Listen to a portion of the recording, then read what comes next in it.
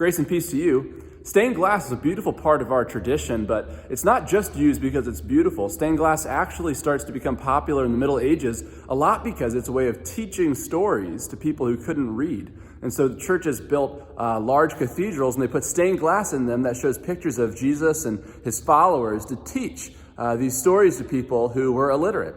And it functions similarly in the church today, that maybe we don't think of it as a way of learning stories without reading, but certainly we lift up stories and pictures as a way of reminding ourselves of their meaning and their value. And in our sanctuary, we have 8 windows that go around the church. Hopefully you don't get too dizzy here. That all show different stories of what's going on in Jesus' life and ministry. And there's one in particular that I wanted to lift up today, and it's this one, because I was actually just talking to somebody this week who asked why this story from the second chapter of Luke never shows up in our lectionary, our 3-year cycle of readings. And actually it does. It shows up one time, but it's the first Sunday of Christmas, which is a day where we always do lessons and carols. So we don't ever hear it read in worship. So this morning, I just wanted to take a minute to look at this picture together and talk about its meaning, because I think it's a really important story. I think it's one that's really cool that our congregation, if you're only going to get 8 stories to lift up from Jesus' life and teaching and ministry, picking this as one of them says a lot about the congregation. And this is a picture. It's the second in our series of 8. It's a picture of Jesus as a 12-year-old teaching in the temple.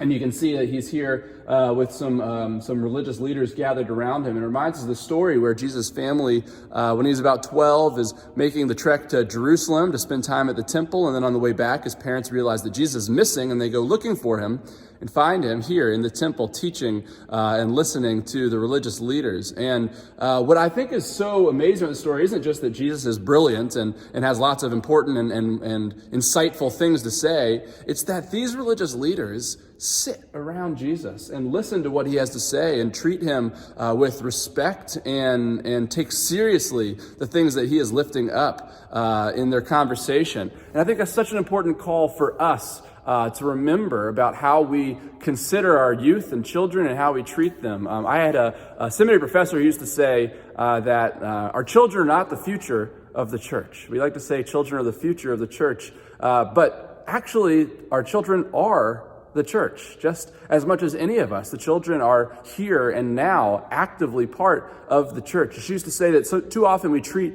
a youth group like Mickey Mouse ears, like the church is this circle, and then the youth group is this little circle attached to it, like a Mickey Mouse ear. And that's not at all how Jesus calls us to be in ministry together. Rather, our youth group and our youth and our children are all integrated parts of our life together and parts of our community. And just like we see with Jesus here teaching with these teachers, we need to make space to listen to what our children have to say, to treat them as full members of our congregation. And so I want to encourage you to find extra time in your Sunday morning or in your life or wherever you can to get to know the kids that we have in this congregation, not to just be excited about the future that they bring for us, but to learn who they are and to tell them how much you value their contributions to our time as congregation together and to our worship, and to encourage them to continue